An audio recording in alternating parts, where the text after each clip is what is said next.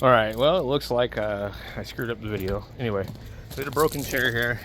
We're banging it into back into shape, and it was pretty bad. So we're gonna come in here. I'll probably have to cut up some metal for the other part. Anyway, just gonna get them welded in here. I'm gonna be using the Weld Pack 155, which is converted to gas. 240 volt welder. I don't screw around with the 120 volt ones too often.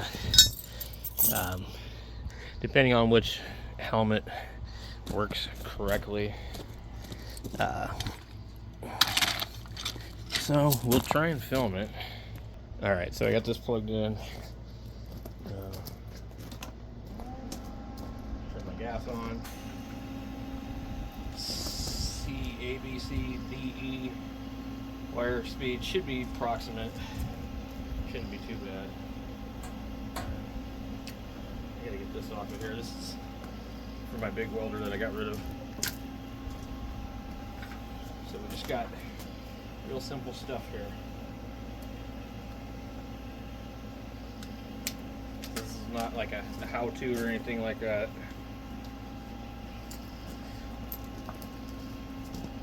Alright. I'm going to try and clamp onto that part of it. I think it might be insulated from the rest. But hopefully this helmet works. What happens is sometimes it doesn't work and I get blinded.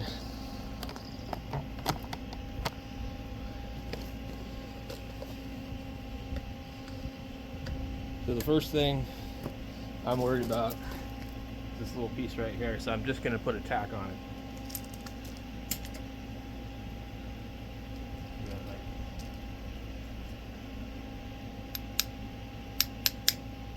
Stuff in the end of this. There we go. Okay. Here we go. Yep, it's insulated from it. So that means that I need to come in here.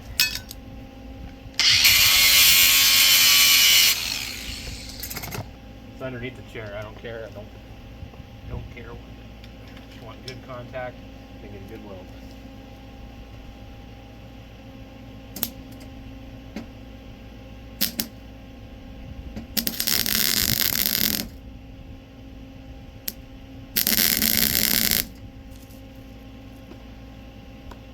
Acting like it's got no gas, and I'm hoping my tank's not empty. Oh my god. Nope, says it's good. So we might just have too much wind.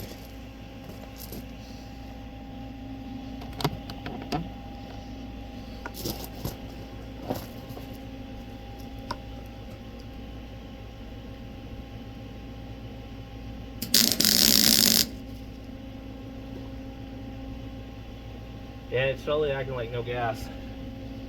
Interesting. Not good.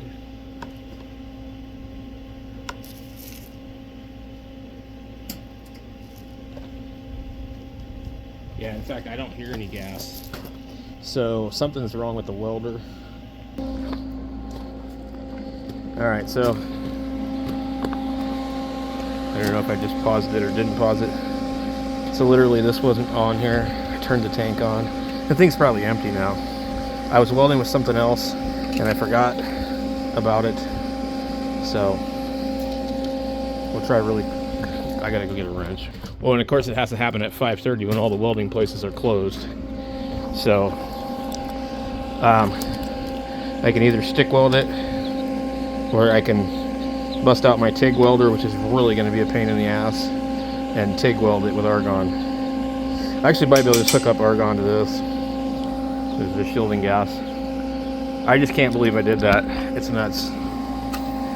Okay, well I still see pressure on the tank, but I find it hard to believe that it wouldn't have just all leaked the hell out. So you see right here? If you don't hear that, there's no gas. And I knew right away there was no gas. Okay, you can always tell when there's no gas because your welds are gonna look splattery like flux core. All right, so that's the dumbass move of the day. Let's see what we can do now. all this just to fix a chair that I should probably throw out. But what I usually do, I don't have my nippers next to me.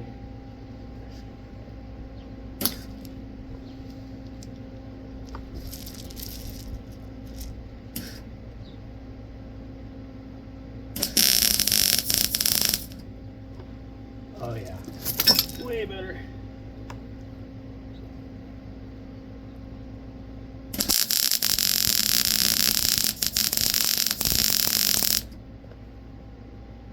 Not quite enough heat on here. And the way I know that is because it's sitting up too high.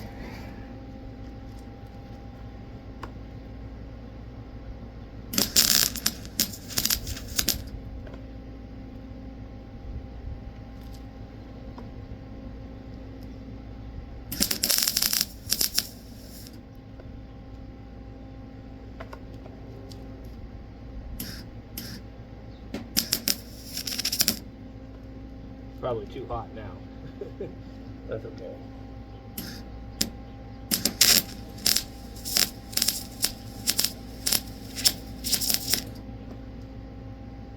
And my speed is down too low, which is fine. Yep. I'm just going to weld this entire thing to this chair at this point.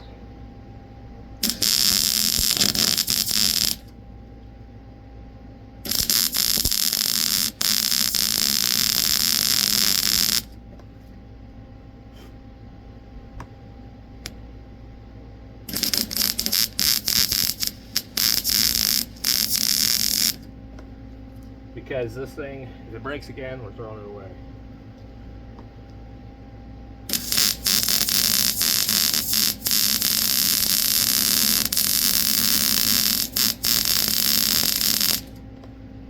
Okay.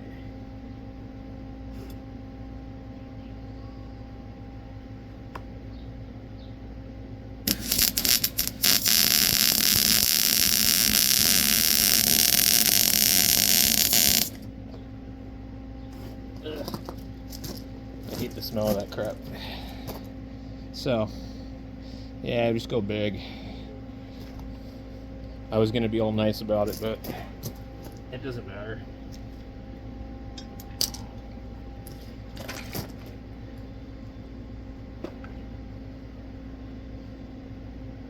Should be good. I don't really think I need to get too much more crazy with it. We do have like a large gap right here, but I don't think it'll really matter.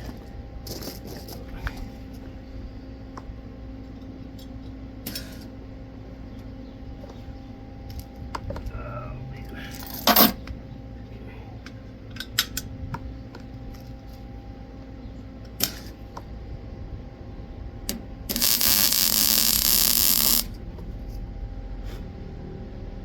Okay. Can you guys see that? Yeah. So I'm by no means a good welder, but I've done this enough times. Alright. Notice I'm not using any gloves. I don't recommend that.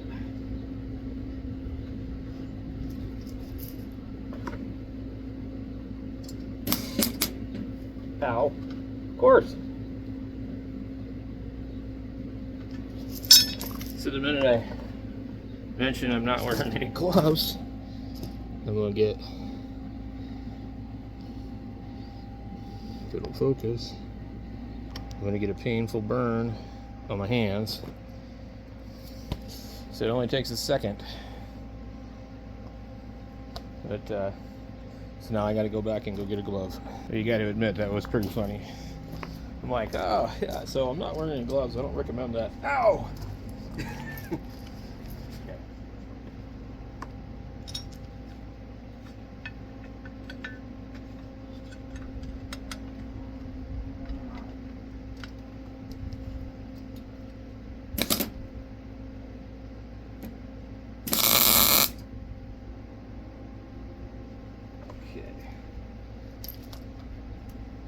So I'm going to tack that there.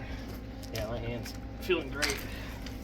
So these little tiny burns like that They don't seem like much, but then they start to hurt quite a bit later on because it's such an intense heat.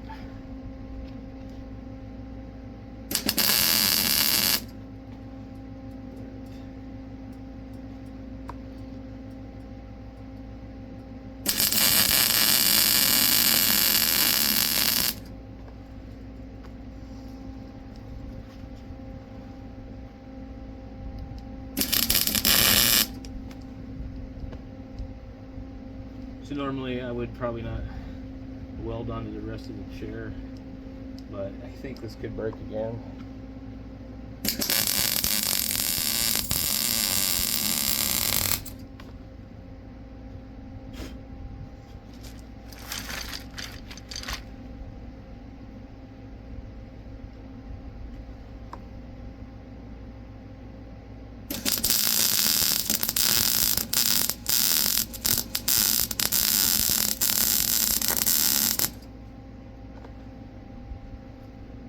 And I should clean it too, because otherwise I can burn through the paint.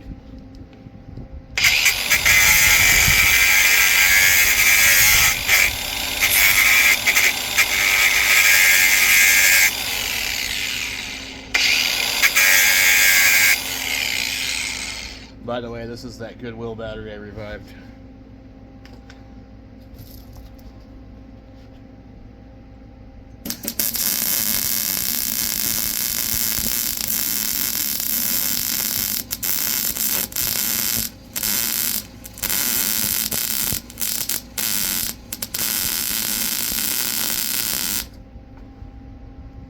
Go. See, look, I can make a pretty weld.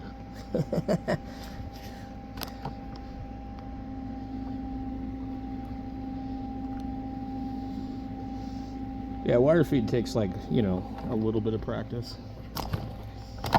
But what I usually do is I stick weld as much as I can. That will make your wire feed welding a lot better.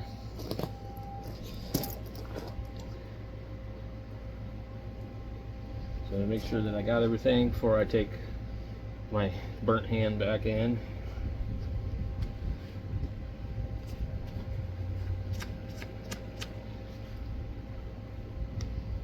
Now, if you throw cold water on a hot weld, it will give it temper sometimes. So it's not always advisable to do that.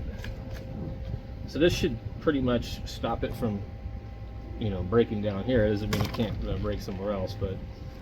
And then what we'll do here, I think, I'm trying to think if this clears the chair or if it needs to be grind down.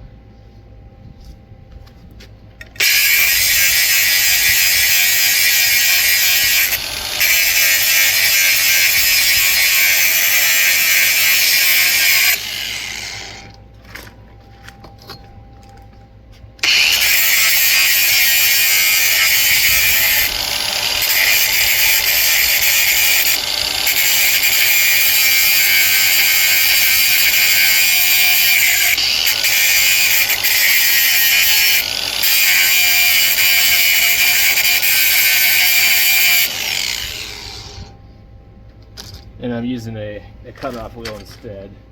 And you can do that if you're careful. So let's go ahead and do a little bit extra on this since we're already out here.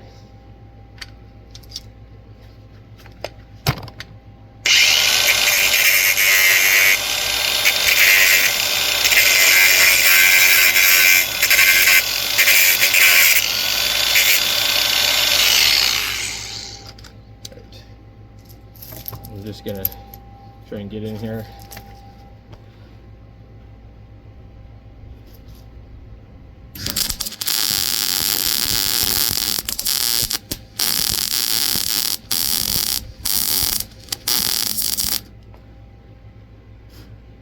Nasty.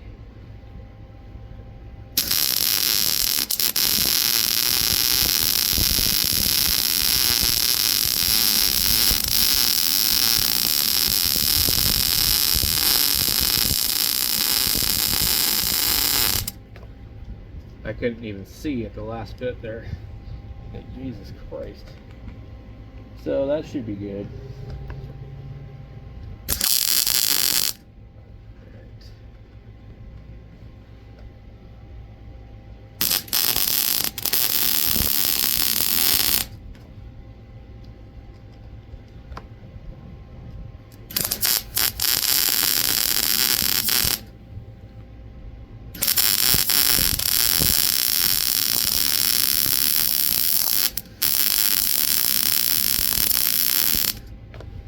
Alright, starting to fill it in a little bit.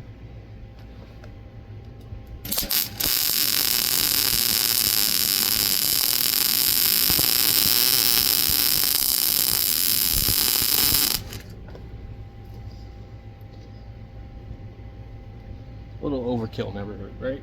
I mean, I got the thing out, well, why not?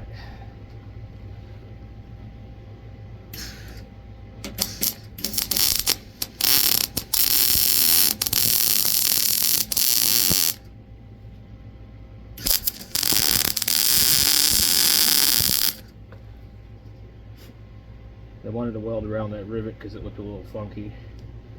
Let me get this one here too.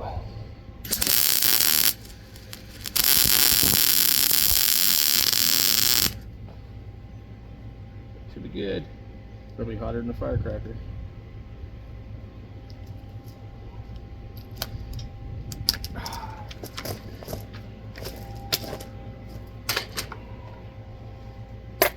Alright guys.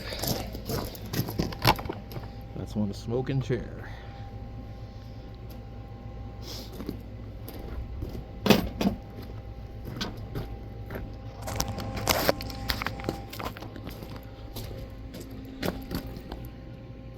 So normally you would probably, clean it up, with a wire brush and hit it with a coat of paint so that it doesn't rust.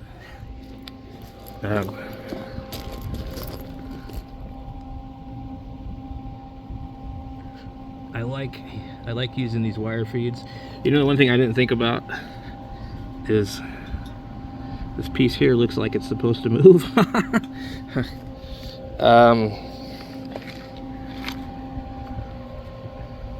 It looks kind of strange, doesn't it? Why does it have like a big huge rivet head on it and the other one doesn't? I'm like wondering. I think one of them was supposed to be doing some sort of tension thing. I don't know. Well, can't do anything about it now. But it's strange that that rod is in between here. This thing is definitely hot. So this metal is really soft. It bent so easy. We had this set aside, and I was selling the FTDX 1200, and the guy came over to buy it with his brother, and his brother sat in it. It wasn't even anywhere near where we were at, and he fell down, and I felt really bad because he's kind of special needs or whatever, almost kind of nonverbal. And anyway, so he snapped one of them off. It was totally a lot easier to fix before that happened, but it was my fault for leaving it in the house. So you see it bends pretty easy. So we'll let it cool off, and this is like kind of interesting chair. I don't know what time period it's missing the wooden covers, but it's like one of these ones you can really lean back in it, so it's no great surprise that it's broken. So hopefully that's good enough for it, and we'll have our lazy chair back. Thanks for watching, guys.